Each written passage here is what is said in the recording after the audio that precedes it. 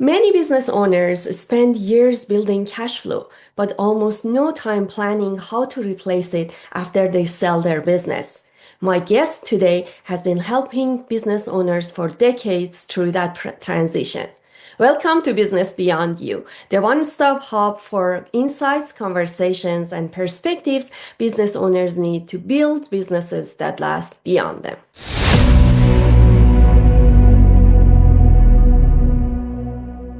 I'm Sara Vaziri, M&A advisor in the state of California, and my guest today is Ralph Adamo, President and CEO of Integrity Wealth Management. Ralph, welcome to Business Beyond You. Thank you for having me, Sarah. I really appreciate it. Awesome. So, Ralph, when we work with business owners and wanted to sell their business, the first step is that we do a valuation on their business and tell them this is how much we think if we go to the market today, we will be able to sell your business. Then we tell them go and talk to your financial advisor to make sure that money will work with you. I want you to walk me through that conversation. Let's say I'm a business owner. My M&A advisor had told me that I can sell my business at, let's say, $3 million. I come to you. How do you talk to them to decide whether this money is enough for them or not? Very, very interesting question. Thank you for posing that.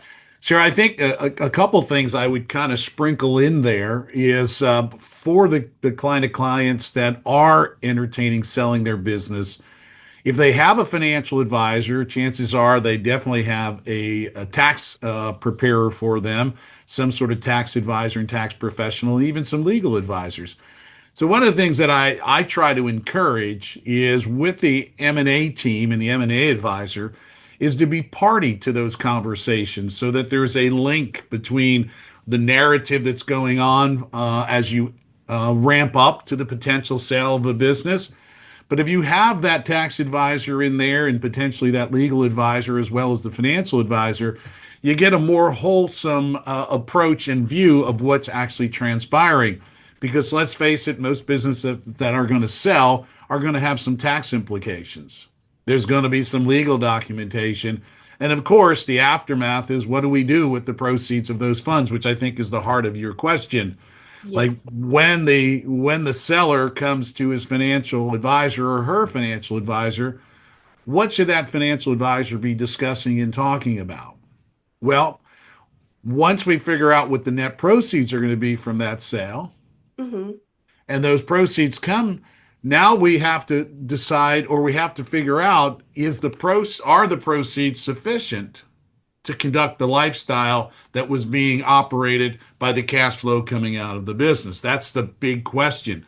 Oftentimes the multiples in small businesses aren't large enough to equate to the type of income that someone was taking out of their business in terms of the earned income relative to what's going to be the passive income from a portfolio. So that's one of those challenges that we have to make sure the business owner hopefully has built up some other resources outside of the business, whether it was in retirement accounts, personal savings, investment portfolios. Hopefully, they are not just relying on the proceeds totally or solely from the sale, because it's been my experience that those sale proceeds aren't going to replicate in terms of passive income relative to what was the active income they were generating from their business. And we can go through that formula or that math on why I believe that to be the conclusion in most instances. Mhm. Yeah, I have had situations that this was what the financial advisor had told that person I wanted to sell their business that, hey, if you sell today, you won't be able to continue living the same way you were living. So you need to work another 3 years, 5 years to build some wealth that can help you generate that much money. So I assume that if somebody doesn't have that kind of arrangement, you suggest them to start working at least a couple of years before getting to that point. Am I correct? Yeah, you should operate it if your objective is to one day depart from that business voluntarily as opposed to involuntarily. But to depart from it voluntarily on your own terms and your own choice, one should be setting their business up and their lives up as if they're ready to sell it. So how do we accommodate for that? And one of those things is, have we built enough other resources, or are we living below our current means sufficiently that when our income that's coming from the portfolio is going to be sufficient to operate the lifestyle that the people want to have post the sale of the business? That's one of those big hurdles. And hopefully there's a collaboration between M&A advisor, financial advisor, tax, and legal advisors so that you get a more clear and panoramic view of what's transpiring. Mhm. So let's say that I want to sell my business 5 years from now, and I come to you. How can you help me plan for that transition 5 years from now? Yeah, I think what's important is how long, where are we today, right? That's an important to establish. Where are we in terms of what we have outside of the business, in terms of values that we've accumulated? What's likely to be the trajectory in terms of accumulation for those same assets outside of the business over the next 60 months? Where's the business at today in terms of its earnings, and what's the forecast for its future earnings? Because let's face it, at the end of the day, most of the time we're selling our businesses based on their earnings, their net EBITDA, as it's referred in your world. And what is that 60-month projection likely to be? And if we achieve that objective in 60 months, what's the multiple for that business in that climate and in your particular industry or profession? That's something the M&A advisor has to provide. But if we take some reasonable assumptions, we can build that forecast and we can see what those total proceeds might be. And then, of course, we can do some rough math while we're not the tax advisor. We can do some rough math as to what the net proceeds might be after sale. Translating now this pile of funds or monies into an income stream, we've got to then be reasonable about what our expectations are. Some Mhm. folks resort to the safe withdrawal rate that historically has been calculated. Sometimes that historical or that rate of what folks consider to be safe to withdraw over a long period of time is as low as 2.5%. Sometimes it's as high as 6 or 7%, but most folks land on about 4%. So if you've got a total bucket of money of $3 million, that produces about $120,000 of safe withdrawals over a period of time. Now, one of the things that we have to be cognizant of is that if a couple retires at age 65 selling their business and they have 3 million in total proceeds, they have to remember that there's a high probability that one in two of them will live until age 95. That's a 30-year time horizon. Assuming they're fine with exhausting all their proceeds by the time they're gone, meaning leaving nothing for the children and the heirs out of those proceeds, we've got to achieve a rate of return sufficient to deal with not only the 4% today, but an ever increasing amount because of the cost of living and preserving purchasing power. So that's critical. 30-year time horizon. Some people have only worked for 30 years and they're retiring for 30 years. It can be very difficult. Of course, we introduce the government program of Social Security. What does that net them? Husband and wife, or spouse and spouse? How does that incorporate into their total income and cash flow? So you've got to have the components, map those components out, and then take some reasonable assumptions about the future. Of course, if the financial advisor is on duty at the inception of this plan, hopefully the financial advisor is on duty throughout the plan, because there's course corrections along the way that are going to have to be made. That's just in any plan that we chart. Yeah, it's very essential that I think we plan ahead for our life. I mean, I have seen people that they're making good money and they're almost spending all of it like it will be forever like that, versus a scenario that we think that, okay, there must be these kind of worst case scenarios that we still need to live through that. And right now that we are making good money, put some money aside for that worst case scenarios. I assume that this is a kind of conversation you probably have with your clients when they come to your office, correct? Yeah, the most powerful entrepreneurs that put themselves in a position to sell their business are usually folks that got into a place where they don't have to sell their business. The people who have to sell their business in order to raise proceeds, they're not in the strongest negotiation position. But the person who's gotten to a status which I call work optional lifestyle, where they've built enough assets apart from their business, where they could walk away from their business, but they're going to monetize that business and put those assets on their balance sheet in addition to what they've already built, then they were good stewards of their wealth over the period of years. You know, let's face it, overnight success takes about 15 to 20 years. And to build a true enterprise might take 3 or 4 decades. And so doing that in those 3 or 4 decades, did we reserve enough on the sideline so that the business wasn't the sole asset? Because most closely held businesses, the multiples are 5, 6, or 7 on the high side, maybe 9 or 10 if you've got a pretty good structured business and you got a buyer that's really got strategic initiatives going on to get something close to 9, 10 or more. And even at a 10 multiple, let's just take a 10 multiple. Someone's earning 500,000 a year. That turns into $5 million of value. $5 million of value after tax, assuming that most of it's taxable. Even if you just lop off the federal 20%, you're left with 4 million. Well, you were making $500,000 a year, potentially as the sole business owners, potentially spending all of that. And now your 4 million is going to earn at 4%, 1.6, I mean 160,000 of income. Someone says to themselves, well, how am I going to live off of that? Exactly. So unless we built the proceeds outside of the business, it's very difficult in a closely held business to have enough of a multiple to to make the exchange into having just as much cash flow afterwards. And I think the scenario you said is even a one of one in $1 million that they can get a multiple of 10 in that range. Right? So for most of the people, the conversation is that they sell it at like 3, 4 times what they're making, and then they say, "So why do I have to sell my business? I work for in it like for another 3, 4 years, and then I just close the door." That's the conversations a lot of times, you know.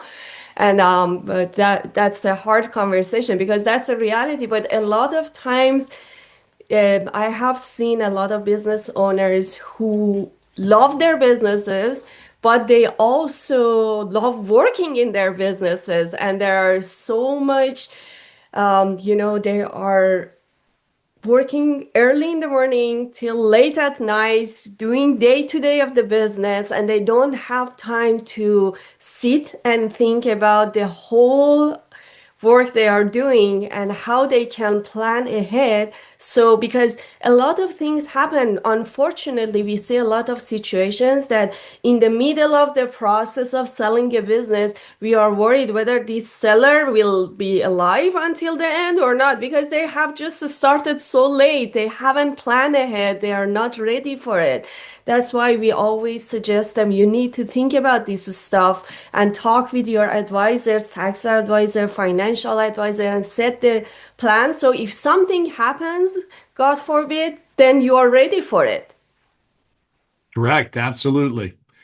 Yeah, and that I think that starts with, I'm going to take personal responsibility. I know it, to me, it starts with the financial advisor helping working with those entrepreneurs. I find that entrepreneurs are capable of making decisions, but they need the data, they need the information. And the financial advisor should help them sort through it because I always say that our business owners and our highly successful professionals, even the non-business owners working as professionals, we find that they're so busy that they lack the time. They don't have necessarily the temperament or the inclination to deal with these topics because they're not familiar with them.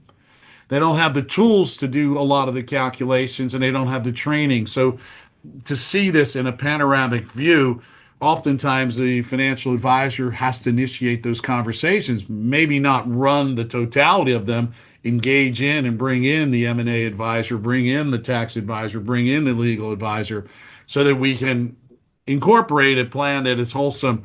Because life has contingencies. I always say this to clients. There are three contingencies in life.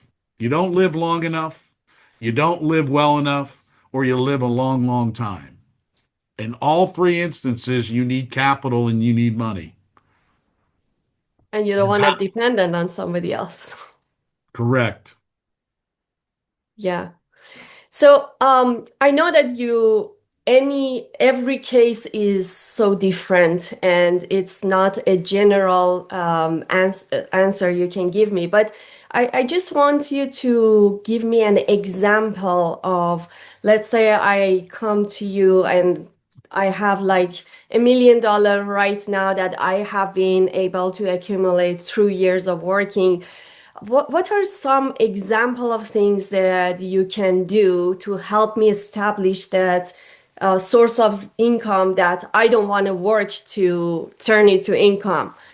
Just a little bit more, real time examples versus general information, if that's something you can share with us. Well, it's difficult to give such specificity because I don't have a particular client fact. And I'm not, and if I'm dealing with particular client facts, it would be a breach of confidence for me to share that. But let me give you an overarching response to that, and hopefully it satisfies the question.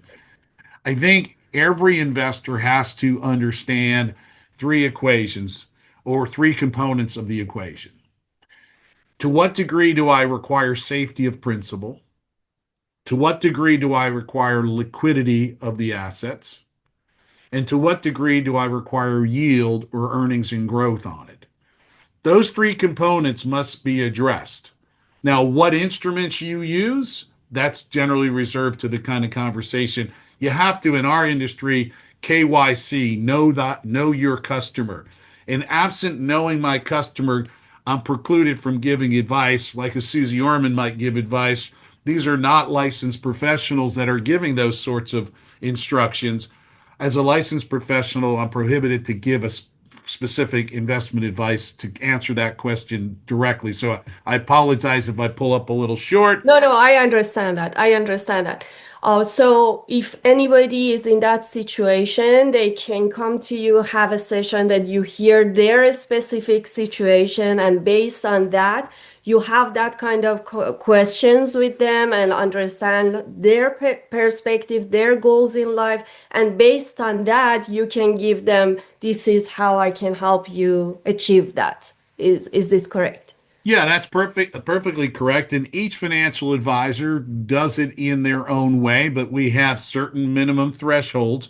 You've got to know your client, know your customer, what their objectives are, what their current status is, what their psychological and emotional predisposition is to and things like risk and reward and the relationship between the two.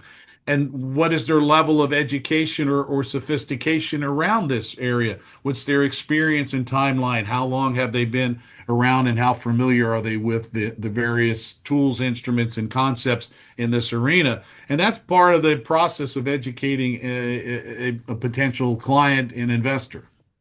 That's perfect. So, as we are getting to the end of our conversation, I always have this question, Ralph. There are so many financial planners, financial advisors.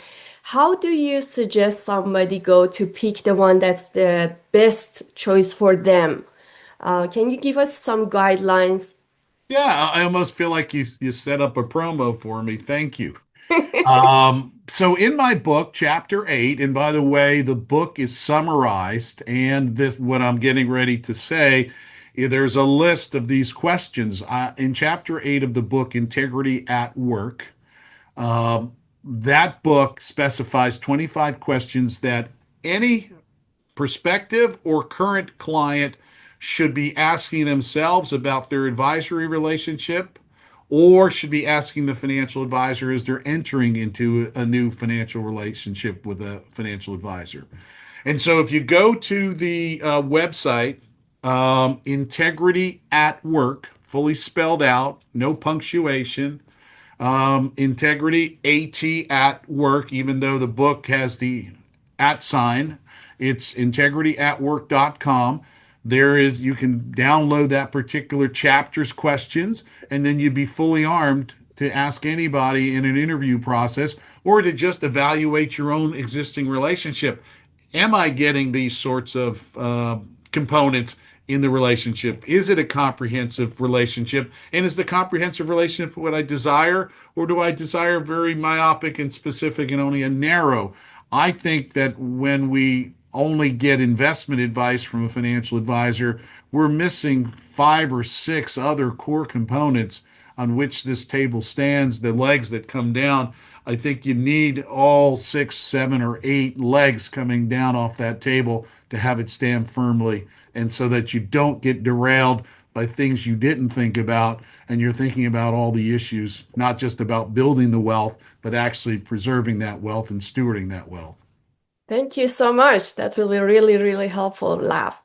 So at the end, please give us your contact information if somebody needs to reach out to you to get help to plan for their financials, how they can reach out to you. Yes, so the ULR for our company is in integrityiwm.com.